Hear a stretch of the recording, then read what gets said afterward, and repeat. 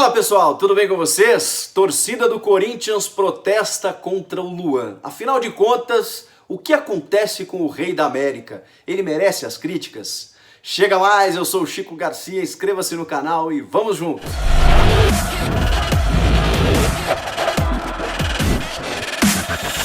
A torcida corintiana elegeu um alvo para a derrota, a perda do título estadual, e ele foi o camisa 7 Luan, meio-campista, contratado junto ao Grêmio por 20 milhões de reais, ganha um alto salário, foi eleito melhor jogador da Libertadores em 2017, foi fundamental no Ouro Olímpico do Brasil em 2016, um jogador valorizado e que não vem entregando em campo aquilo que o torcedor espera. Mas afinal de contas, o que é isso que o torcedor espera? Eu consigo passar um pouco mais do relato sobre o Luan, porque acompanhei o seu início de carreira em Porto Alegre. E também entendo como a torcida do Corinthians, tô longe aqui, gente, para ser fiscal de torcida, ou dizer para o torcedor como que ele tem que torcer, quem que ele tem que xingar, contra quem ele tem que protestar, não é meu papel aqui. O torcedor tem todo o direito de ficar chateado, inconformado, de criticar esse ou aquele jogador. O meu vídeo é de reflexão. É para que você, torcedor do Corinthians, entenda se realmente o Luan é o alvo nesse momento. Se é para ele que você tem que direcionar a sua crítica. E não estou aqui para fazer nenhuma defesa do Luan. O Luan ganha um salário muito alto, ele é muito bem pago para sofrer esse tipo de pressão. E quando ele optou por jogar no Corinthians, imagino eu que ele sabia do que iria enfrentar. Mas o que eu quero dizer para vocês é que isso não é novidade na carreira do Luan. Não quero nem comparar a pressão de Grêmio e Corinthians, são duas grandes torcidas, são dois clubes, inclusive, que têm uma semelhança no aspecto de cobrança ao atleta pela entrega. O Grêmio também passou boa parte...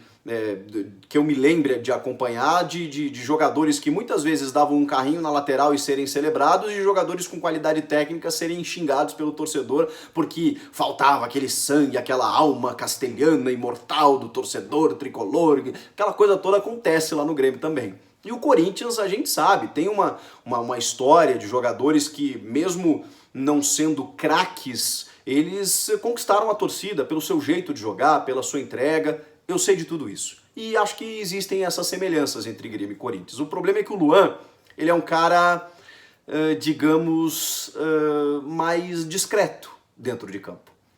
Ele não vibra, ele pouco corre, ele não vai dar carrinho na lateral, ele não é um cara vibrante.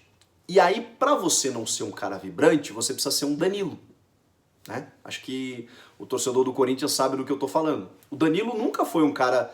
também vibrante, um cara empolgado, um cara que dava carrinho, mas um cara que decidiu em clássico, um cara de muita qualidade técnica, um cara que decidiu Libertadores, um cara que decidiu no Mundial. Bom, aí pronto, né? Aí obviamente se tornou ídolo e com muito mérito o Danilo, meio-campista do Corinthians, que também foi campeão do mundo pelo São Paulo.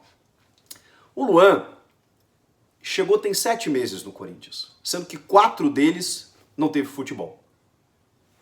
Então eu acho que é um dado que precisa ser levado em conta. O Luan tem estatísticas favoráveis ao seu desempenho nos jogos quase em todas as partidas. Tá, o torcedor não dá bola para esse tipo de coisa, fez troca de passes, tocou mais na bola, finalização, não é isso que eu quero que ele decida. Tá bom, e tá no direito. Mas ele não joga sozinho, né? E eu preciso aqui fazer uma análise um pouco mais ampla em relação ao Luan. E eu não tô nem falando, tá? Não estou nem falando do histórico dele no Grêmio. Eu estou falando desse último jogo. Esse último jogo contra o Palmeiras, me desculpem os corneteiros, o Luan foi um dos melhores, se não o melhor do time. O Jô foi mais decisivo, concordo. Mas tem um gol que o Jô faz, por exemplo, em que ele estava impedido e o gol foi corretamente anulado, que se ele não estava, teria sido uma assistência maravilhosa do Luan. O Luan, com 38 minutos, deu um chute a gol. O Luan participou e buscou o jogo. Onde estava o Ederson? Destaque nos últimos jogos. O Gabriel também, que esteve abaixo. O Cantillo entrou, não conseguiu fazer muita coisa. Então, o Luan depende muito do coletivo. Ele funcionou no Grêmio em 2016, 2017, pelo coletivo também. Era um time muito bem encaixado. E com a qualidade técnica que ele tem, ele conseguiu render muito mais do que está rendendo nesse Corinthians. Ele não vai resolver sozinho, gente. Ele não vai. Mas ele é, do plantel, o jogador com mais qualidade para encontrar um companheiro, para numa jogada ele conseguir ser decisivo, para ele fazer um lance de efeito. Ele é o único ali que eu vejo com essa capacidade.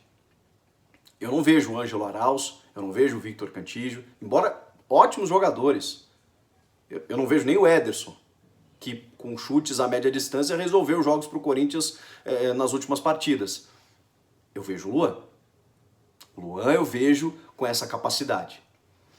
Mas, de novo, ele recém chegou, ele está numa pressão gigantesca por defender o Corinthians, e herdar uma camisa 7 lendária, histórica e tudo mais, e ele precisa de um sistema tático que funcione. E qual o sistema tático do Corinthians? O Thiago Nunes chegou para mudar essa filosofia, a coisa não funcionou, o que ele teve que fazer? Dar um passo para trás. Ele teve que montar um sistema defensivo muito mais eficiente do que era, para poder sustentar o time estrategicamente e depois ele começar a desenvolver um padrão, uma escalação ideal. Qual a escalação ideal do Corinthians? Hoje, você saberia me responder? Se é Gabriel, Cantillo, Luan, Gabriel, Ederson, Luan, se é Cantillo, Ederson, Arauz. A gente ainda não sabe. Por quê? Porque o futebol ficou parado 4 meses e porque nesses jogos o que era preciso era vencer. E o Thiago Nunes ainda conseguiu chegar na final. E perdeu só nos pênaltis. É uma frase meio... pode parecer estranha, aquela que ele disse ao final do jogo, mas é verdade. O Corinthians continua invicto. Nos 90 minutos ele não perdeu depois que o futebol foi retomado. E sofreu só esse gol do Luiz Adriano. E depois acabou perdendo nos pênaltis. Foi quase, realmente foi quase. O Corinthians foi muito valente nesse último jogo. E o Luan, senhoras e senhores, para mim, foi o cara que mais tentou. Foi o cara que mais buscou. Mas repito, ele não joga sozinho. Então o time precisa ajudar também. Por isso a minha pergunta, por isso a minha provocação, na verdade, para você, torcedor. É pro Luan? Somente pro Luan essas críticas? Isso que aconteceu no Corinthians, como eu já havia dito, aconteceu no Grêmio em 2016, 2015, 2016. Eu não lembro exatamente o ano. O estacionamento dele foi... Ele chegou lá, o carro dele estava tomado por pipocas. Porque ele tinha essa fama de um cara que às vezes some do jogo, um cara mais lento nas decisões, e a gente está falando de 4 anos atrás, quando ele era um moleque ainda, 21, 22 anos. Depois disso, em que o Grêmio do Roger Machado acaba passando para o Grêmio do Renato Portaluppi e ele encontra um sistema mais competitivo, e também pelas conversas que ele teve com o Luan cresceu demais. E o Luan é decisivo na Copa do Brasil, decisivo no Ouro Olímpico, decisivo na Libertadores. E aí depois enfrentou lesões e mesmo assim ele sai do Grêmio com uma parte da torcida vaiando.